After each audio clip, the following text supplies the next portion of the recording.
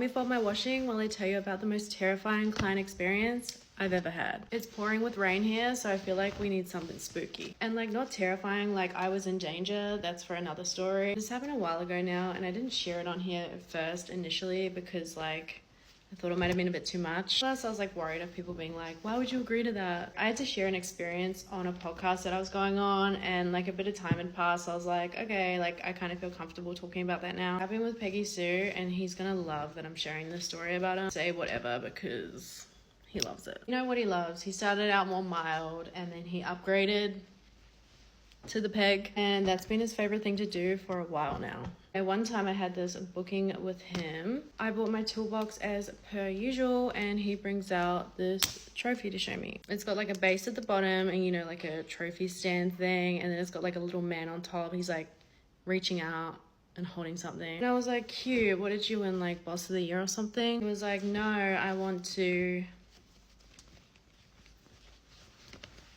with the trophy. I was hesitant because it was sharp, it was pointy. I asked for more money, he agreed. In theory, I probably should have got him to like sign something, but anyway. This thing is drenched. I've got everything on it to help for a smooth entry. Okay, I washed this and it still smells. You know when you've worn something so much that you just can't really get the smell out of? Maybe it's just my body odor. Anyway, he's like, as you can imagine, I'm like going as slow as I can, right? Like this is like a super delicate operation. Little man's in. We're about halfway there. I don't know if it was like a super cheap trophy. Like I swear that thing was bolted on when I was like preparing it. But it kind of gets stuck, and then I go to pull it out and the little man's gone. We're just like staring at each other like, what the hell do we do? I was freaking out. I was like, we need to call an ambulance like right now. I was like so scared what they were gonna ask me. He didn't want to go to the hospital because like, you know, he's a high profile man. Like he didn't want anyone recognizing him, I guess. I was like, what have I done? Like, what am I doing with my life? Like, this is actually serious. Like, he could have to have surgery. He'd end up with like a freaking stoma or something. Anyway, he's trying to fish out said little man. And after a while, like, he actually gets it out. Turns out he's a bit of a pro when it comes to that stuff.